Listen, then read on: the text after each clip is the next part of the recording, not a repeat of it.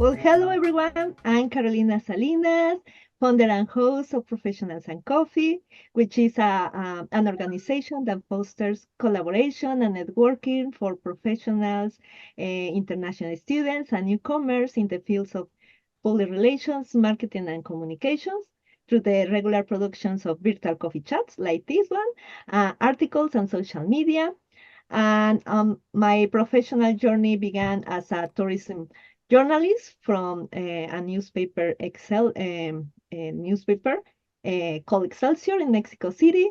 And then I worked for the Mexican government, where I had to plan and organize and executed several social programs on education, food, and employment. And then I moved on to the private sector for a digital marketing agency where I was responsible for planning, running, and digital marketing strategies. And then I decided that I wanted more challenge for my professional and personal journey. And I came to Canada as an international student to study public relations at Seneca College, which currently now is Seneca Polytechnic.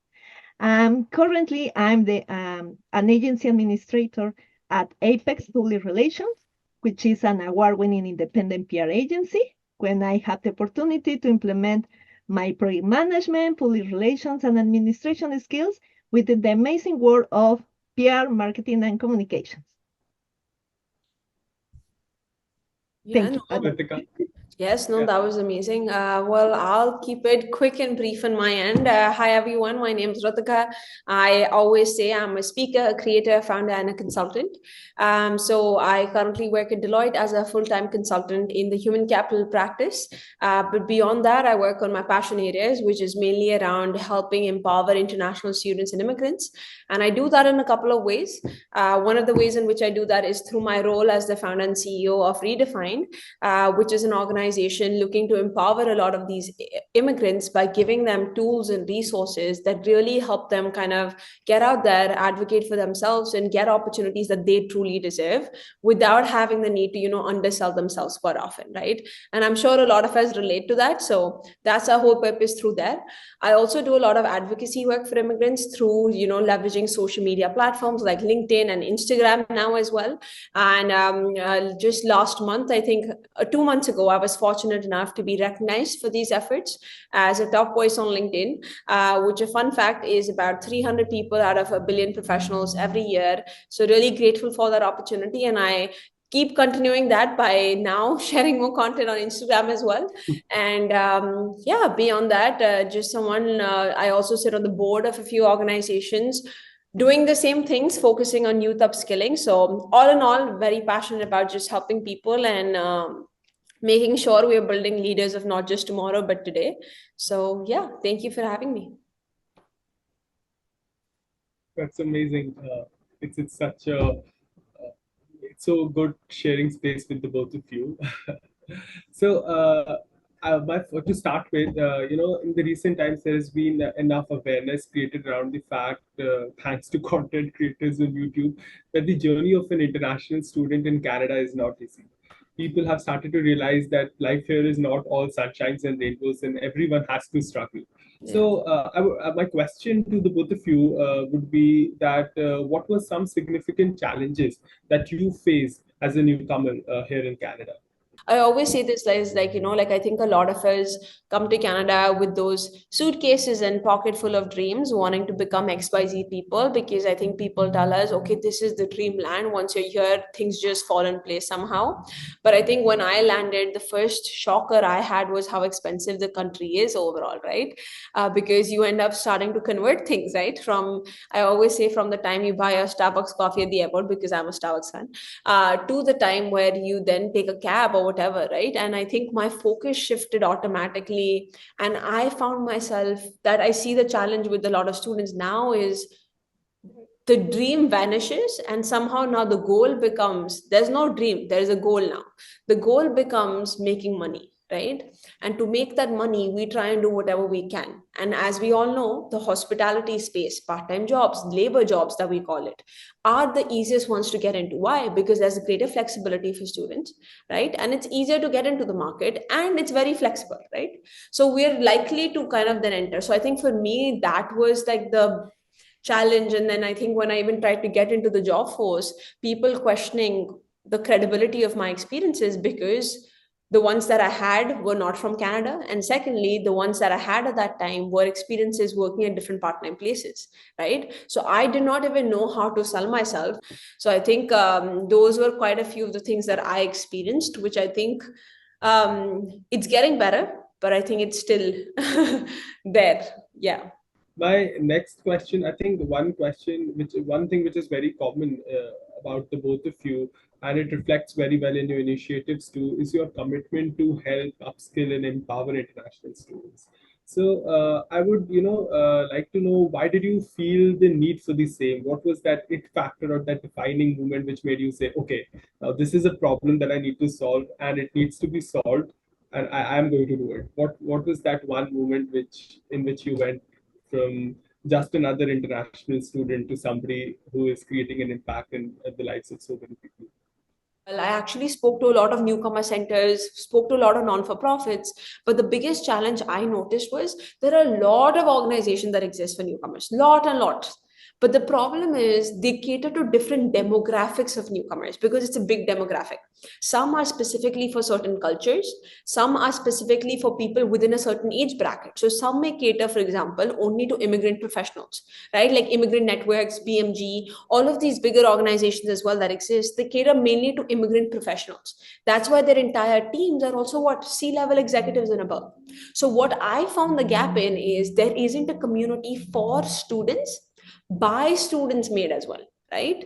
And that's where then Redefine was born with that idea. And that's why even today I'm very proud that our entire team size, like most of the people on our team, are under the age of 25, right? And mostly within the age of 16 to 25, because they're exactly representing the people in those spaces. So that's where it was born, and then it got validated. It's very So, interesting. And I so sorry, Pranay. It's just that I'm very interested about your story, and I totally agree with you. It's just that something that I would like to add is that another, let's see, element or that made me develop this idea was that when I was volunteer, and I'm not going to say names for to respect, but when I was volunteer for other organization, I realized that hey, I'm an international student and I have other colleagues who are international students as well, and we are doing the hard work and and the hard work, and we're behind the scenes, and we're promoting professionals profiles of people who already have a job, who have plenty of experience, and our professional profiles are not spotlight, which I'm in need. So that's why I generated this idea because as an international student, we have more need and eagerness to be in the spotlight, right? So that potential employers can see us and we can gain the Canadian experience and we help us during our immigration pathway. So, yes. Yeah, no, definitely. Thank you for sharing. So I think I am really, I know I'm really moved by your initiatives because I am testament to the fact that both of your initiatives are creating impact in lives of others. Me being a volunteer with both of you. So, Ritika, what I would like to ask you is, that you are running a very defined, a very successful non-profit, which aims at empowering and supporting international students in Canada. So, and you've conducted several events, spoken to countless students. So, in your experience, even today, what are those common challenges which you feel that newcomers are lacking? What are those skills which you feel newcomers don't have, and what can be done to overcome them? No, great question. I feel like there are quite a few things. I feel like one is, I think for a lot of us who are coming in, I mean, see, this is a very big topic. Like, I could go days and days talking about this. And I feel like one of the big pieces is the lack of ability to take ownership sometimes. Like what I oftentimes see is, and I think that's a fine line. I'm not saying this is everyone, but I see this amongst a lot of students is I see everyone taking on opportunities, like I feel like, but we all operate in like, the bull, if you show it a red cloth, it'll run towards that, right? Which is a good thing and a bad thing, because yes, you're focused, but you're missing out on things on the side, left and right. And I think that is what happens to a lot of us international students, right? When we're coming in, okay, someone says get relevant experiences, we're like, okay, perfect, sounds good. So what we'll do is we'll reach out to multiple organizations, take on multiple projects, get involved, and we're like, perfect, now I have so much to add to my resume. But what's actually happening, what they don't realize is realistically, because they're part of so many, they definitely are not being able to contribute quality wise to any of the organizations, right? They will spend 8 months, let's say, with each of those organizations thinking, oh, I've done so much. But in reality, the output is zero, right? Because what I ask students, that's why is like, I think that thinking of being strategic in terms of what to pick on and what not to, when to say yes and when to say no, is I think something that is lacking today and needs to be developed. Because maybe that's something we didn't think of back home, right? And I think there's a cultural piece to it as well, because I think oftentimes we have been told that, okay, if a senior tells you, hey, come join this, your answer should kind of be a yes, right? There is never a no in that, right? And I think that is one of the biggest, like, I think the upskilling and relearning pieces that I think a lot of immigrants have to do. Because, I currently have a team of 35 people in just Toronto. And I say this very frankly to every person we have had on the team is, I had this one person who worked on the team with us for 8 months, right? But if you tell me today, if let's say they went out of my company and today an employer reaches out to me saying, oh, do you think this person is a great person to add to the job? I would say no. Absolutely no, right? Because I'm not rude to tell someone, oh, you're not doing good work, get out of the company. But I will wait to see how much of a use is that person making of the opportunity. And I don't think we're making enough good use, because the attitude was, oh, I've been with you 8 months. So I said, but in 8 months, what have you done? Right? Think about that. So I think that is, I think, one of the biggest things, which I think it's all about how do you show up at work, right? And I think just because something is a volunteer experience, don't treat it as anything less than how you would show up to your actual job that's paying you full time. Then don't take on the experience in the first place, right? Because then it ends up compromising your credibility. Why do that when you have the option to save it, right? The second challenge I realize is all of us, for some reason, aren't taking risks. I don't know, like, is it, I spoke about this in one of my posts as well. It just feels like all of us fear compromising a reputation that doesn't even exist in the first place, right? Like a lot of us, I don't know why we worry about things. People tell me as well, Ritika, oh, if you write about that, people might think this. I said, but who am I? Right? Who knows me? Right? Like, how do I care? Like, I'm not a celebrity with like millions of followers that it's going to create a difference. So if I fail, I fail, right? So I think that, I think, is the second biggest piece. I would just keep it to that. Otherwise, I'll keep talking a lot. So, but those two, I would say. Oh, amazing. That is like a really great answer. Quality over quantity, and being credible for what you're responsible for, and then definitely taking risk. I think it's great advice. Carolina, would you like to go forward and ask the next question? Yes, sure, absolutely, Pranav. So, how do you measure, now that you have talked about your organization, how do you measure the success of Redefine as an initiative, and are you happy with how far it has come in just 2 years? And absolutely, I think that you're so happy, but I would like to hear from you. And also looking ahead, where do you see Redefine in the next 5 years? Oh, these are like all deep questions, Carolina. Yes, well, first, the first one. It's making me rethink life all over again. Okay, so if I have to break down, the first one was How do you measure the success of success. Redefine as an initiative, and are you happy with how far Happy with where we are. Got it. Perfect. So I think in terms of how we measure, that's a very interesting question. I think it depends upon the type of event, initiative, or program that we're doing, right? So let's say usually in the cases where it's a program, like let's say we have internship programs, fellowship, recognition programs that we're launching, right? We're even launching a scholarship program this summer. So I think with those programs, I think the way we try and measure success is by just making sure whatever end goals and KPIs that we set for the program are achieved by the end of the program for each of the students who are part of it.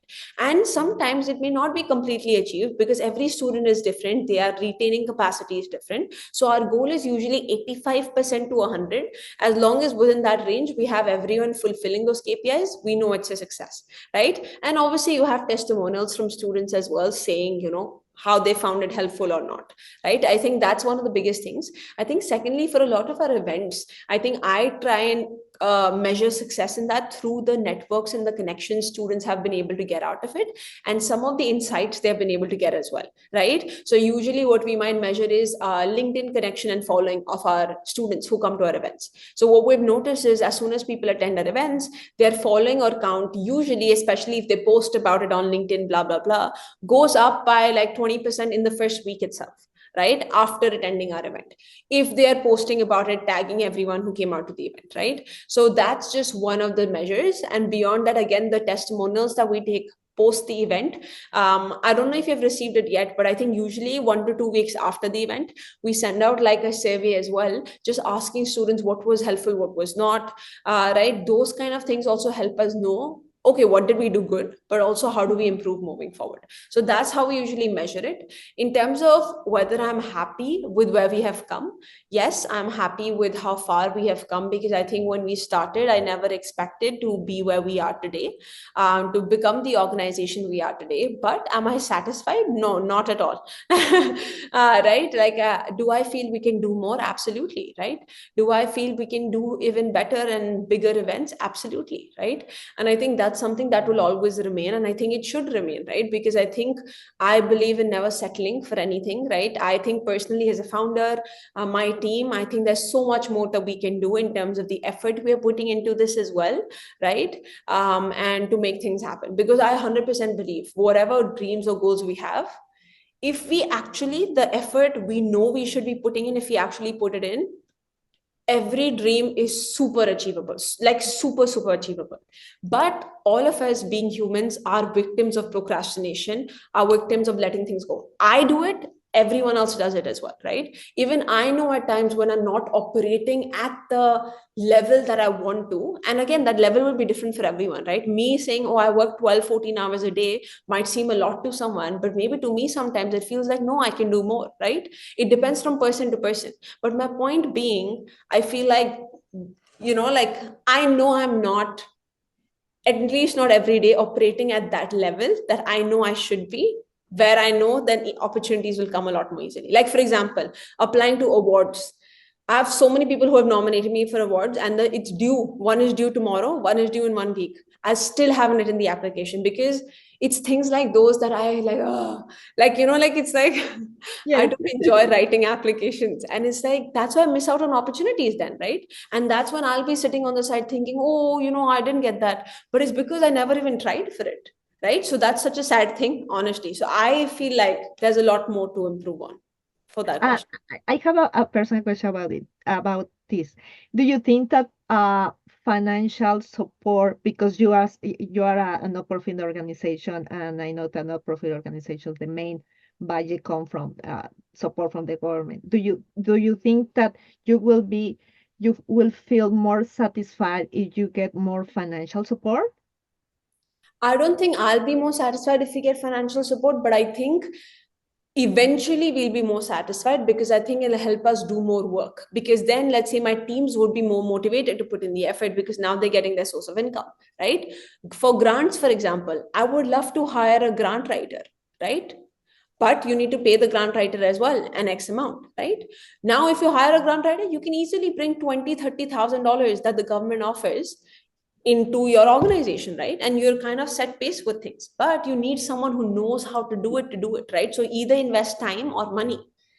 And when you don't have as much time, you gotta like invest the money. So I think, yeah, eventually it would lead to more satisfaction.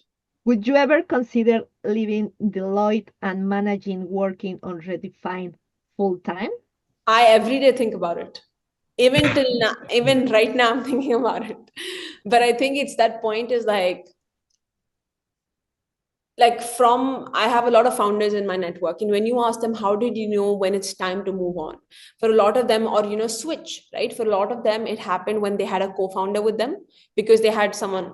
I don't know why that pops up. A All lot of right. them knew they have a co-founder with them, right? So they have each other's support to make it happen. I'm the sole founder right now of the organization, which I think sometimes can be a lot more scarier as well, right? I think the second thing is also knowing when you're able to start creating enough money through the organization where you feel like it's the same or even a little bit more than your current one. That's when it's time to move. So as soon as Redefined reaches a stage where, not from a money making perspective, but it reaches a stage where I see the potential in money making, where I'm like, okay, if I just put in extra efforts, I know we can 100% get there, and I think we're on the way there, right?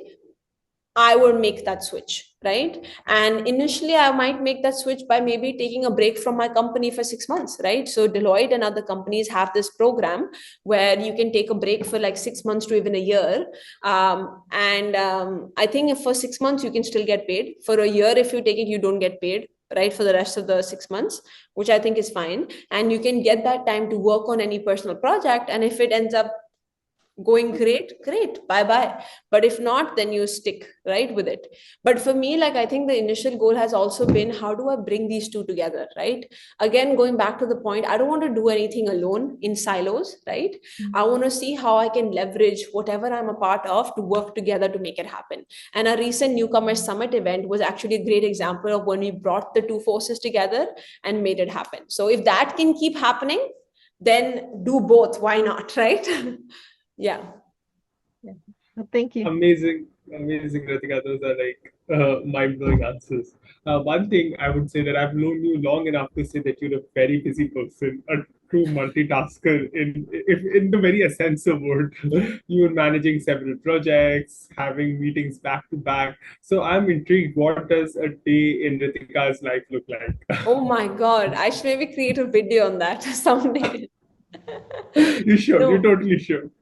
Yes, I think my weekdays obviously look very different from my weekends. I think the time I spend on my weekdays and weekends working is quite the same, except the only difference is on the weekdays, the first 8 hours, 9 hours of the day, maybe 10 hours goes with Deloitte, and the remaining 4 hours, 3, 4 hours goes with Redefined through like meetings and any like plannings, like, thinking things to do as well about Redefined, like what this looks like moving forward.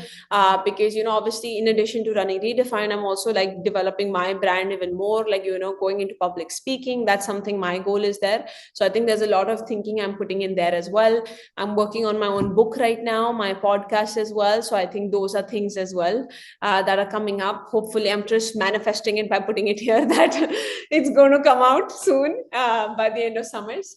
But yeah, so that's how the weekdays look. And then I think the weekends, the first 5-6 hours go working on like Redefined as well, and then doing the gym for 1 hour or so, and then getting back to Redefined. Or some of the weekends I might also spend time with catching up with a few friends, at least for an hour or 2 hours, like at least once a month. I do that for sure. No, that's really amazing. I will look forward to your book, and I hope you give me a signed copy of it. I mean, I That's hope so as well. Yeah, we'll see. So, given that September is coming soon, a lot of international students might be packing their lives in just two bags and coming to Canada with nothing but dreams and aspirations in their eyes, like you, Ritika, as you said. So, what advice would you like to give those students who are considering Canada for their further studies and are planning to come here in the preceding months? Three things. One, make sure you're coming in prepared, right? What I mean by that is make sure you're reaching out to people, connecting with people. A great place to start is, and I just made a read on this because a few people asked me about it, is a great place to start is reaching out with your university and college you've already got into, right? Start reaching out to them, like either email the International Student Center or the Career Center, or reach out to them on LinkedIn, right? Find people who are studying at the same institutions as you, reach out to them, be like, hey, just want to connect to know more about the situation. Because when you talk to them is when you can ask them about, okay, what's the job situation like? Okay, what are your courses and curriculums? Because I think one of the biggest challenges or things I've noticed a lot of students experience is when they come to Canada, they realize, oh, wait a second, this college looks so much more different than what I was told it would look like, or in terms of the services it would offer, right? So I think to avoid all of that, the best thing is to start growing your connections. Second is, don't wait to come to Canada to start building experiences either, right? And I think, Pranav, this is something I've told you as well in the past, way long ago when we connected, is like exactly what you're doing right now. Reach out to non-for-profit, startups, different organizations currently in Canada, and start working them volunteer, right? You don't have to be in person to most of the jobs today, right? So start working with them online. That way, you're not just growing your network, you're also developing Canadian experiences and relevant skill sets, so that and you're now working with Canadian colleagues as well, some of them, right? So you understand what the cultures are there, what's the dynamics, right? So then by the time you're here, you're already very comfortable in even entering into the professional workspace, because you know what the cultural expectations are there, right? And last but not the least, I would also say is like, make sure that once you're here as well, like you follow up on a lot of those connections and a lot of those networks you have established. And again, focusing on quality over quantity anytime, right? With everything, honestly, quality over quantity all the way, right? Whether it be applications that you're sending out to, whether it be experiences you're taking on, right? Because either students don't take on extracurriculars while in college, please do, right? More than academics, it's those experiences that matter more, honestly. But don't take up too much that you compromise your credibility. So those three, I would say, is the first key things to start with. Okay. From my side, for all those students and young generations, be curious, research before landing in Canada. As Ritika said, don't underestimate the power of networking. It may seem that slow, but everything virtual or in-person coffee chat and connections you make is a step toward your professional goals. Keep at it and you'll see the results. Ask them how the Canadian work labor is for the specific industry or sector you want to work in. Start connecting with professors because they have plenty of professionals connections that could be your first Canadian reference. They could be your first Canadian reference for securing an internship or a job. Connect also with current and former students, and always be kind and a good person to anyone, because you don't know who can connect with and to find a job or to develop professional connections that will help you do your job. And don't limit yourself to LinkedIn. There are plenty of websites that have their own directories where you can connect with professionals from the industry. And finally, prepare mentally and emotionally, because you will experience a roller coaster of emotions. Yes, you will miss your family and friends, but it's worth it. But be patient and don't treat yourself so hard. Enjoy the journey, keeping present, and be strategically design a personal and professional plan. And permanent residence is not your final goal. Keep in mind that you should not always think about the future and lose the marvelous present and moments of your life, as well as the time invested with your friends, with connections that you are building here in Canada. No, it's very important, and I think if it were up to me, I could listen to the both of you for hours. You're like this ocean of knowledge. But it was a great session talking to the both of you, and definitely, Ritika, I think a lot of our audience will take invaluable lessons from this video when we put it out there. So yeah, it's been amazing talking to you, and thank you so much for your time. It was really informative. No, yes, thank you for having me, both Pranav and Carolina, and really lovely to see Pranav how you were getting involved as well, and you were a good example also to highlight and how you were doing exactly the things we're talking about. Is like building that awareness from early on, getting experiences by working with organizations like Carolina's, ours, and other ones as well. So I think these are exactly the way people should be going about with it. So yeah, thank you for having me and taking out your time as well, and look forward to more. Okay, no, thank you. Absolutely. Any social media that you would like to add? Where can we You find can you? add like our Redefine's website, and then our how many times is this? This is artificial It's intelligence. cute now. I think this is artificial intelligence. You can add our website, and you can add like our link tree of Redefine. I think Pranav, you would have access to that. I'll give that to you, Carolina. Perfect. And you, Pranav, where can we find you? Where can you find Can me? we find you? On LinkedIn. On LinkedIn. And you, Yeah. Pranav, where can we find you? And where can I we don't find know if people should find me. No, you did an excellent work here LinkedIn. with LinkedIn. LinkedIn as well, I definitely. think, for Pranav. LinkedIn. Okay. Yeah, LinkedIn. I'll take inspiration from Ritika. LinkedIn for sure.